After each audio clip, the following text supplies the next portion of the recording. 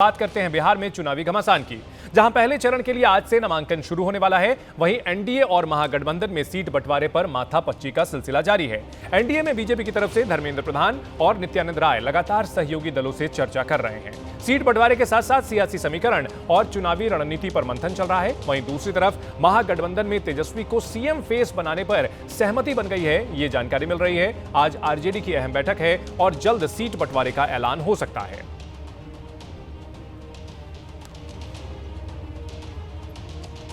और इस बीच खबर यह है कि आरजेडी ने उम्मीदवारों की एक लिस्ट तैयार कर ली है। बिहार चुनाव को लेकर आरजेडी की पहली लिस्ट तैयार है। आरजेडी ने 44 सीटों पर संभावित उम्मीदवारों की सूची बनाई है। आज संसदीय बोर्ड की बैठक में प्रत्याशियों के नाम पर मुहर लग सकती है।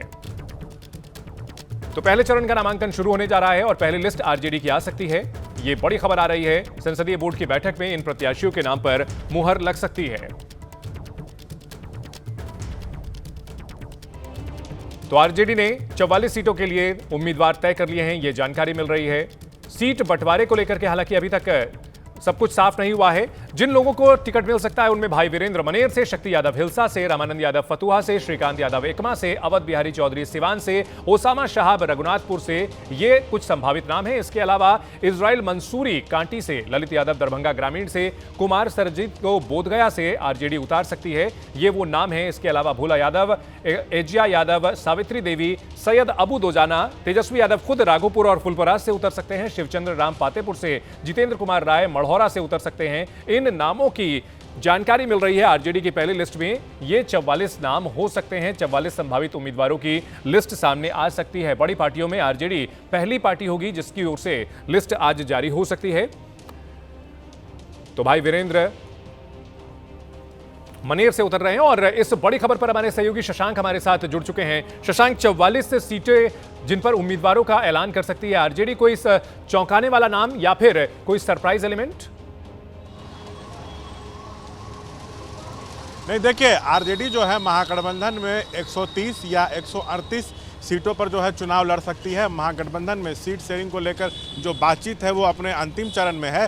और आपको बता दें, पिछले एक हफ्ते से राजद में उम्मीदवारों के नामों पर जो है वो मंथन हो रहा है। जो हमारे सोर्सेज बता रहे हैं कि 1.5 दर्जन विधायकों का जो है वो टिकट कट सकता है। उनके जगह पे नए चेहरों को जो है वो मौका दिया जा सकता है।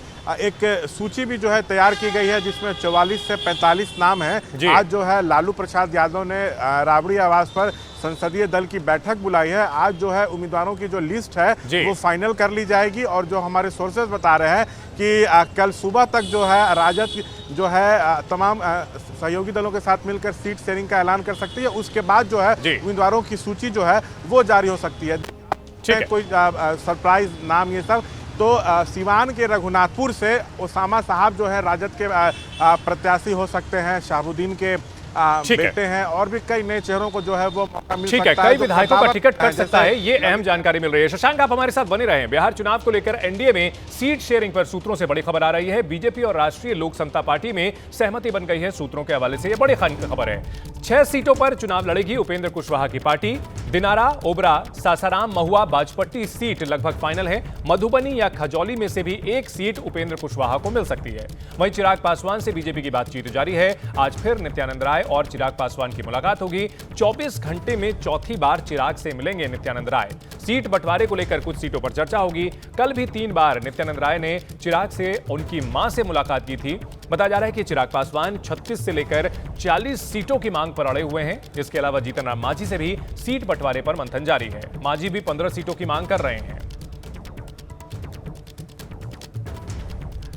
और हमारे सहयोगी पवन गौड़ इस बड़ी खबर पर हमारे साथ जुड़ गए हैं। पवन, मुलाकातों का सिलसिला कल दिन में 3 बार चला, आज चौथी बार मुलाकात होने जा रही है चिराग पासवान की और नित्यानंद राय की, यानी पेंच अभी फंसा हुआ है, अभी मामला सुलझा नहीं है।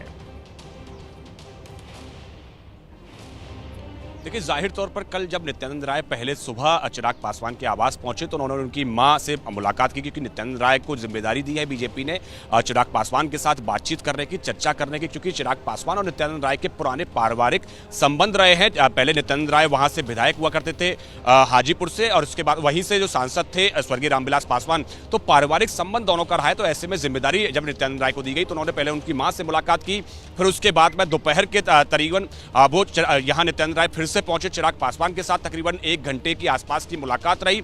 उसके बाद में देर शाम फिर से नित्यानंद राय और धर्मेंद्र प्रधान चिराग पासवान के आवास पहुंचे और तकरीबन आधे घंटे की मुलाकात दोनों ही नेताओं के साथ में चिराग पासवान की हुई। तो ऐसे में सीट जो शेयरिंग का जो फॉर्मूला है चिराग पासवान के साथ में लगातार बैठक चल रही है। आज भी ये सूत्रों के हवाले से खबर आ रही है कि संभवतः चिराग पासवान और नित्यानंद राय की फिर से मुलाकात हो सकती है, चूंकि अभी तक सीट जो शेयरिंग का फॉर्मूला है उस पर एक सहमति नहीं बन पाई है। बिल्कुल, 36 से 40 सीटों पर पवन अड़े हुए हैं यहाँ पर चिराग पासवान और लड़ाई लड़ने का ऐलान भी कर चुके हैं।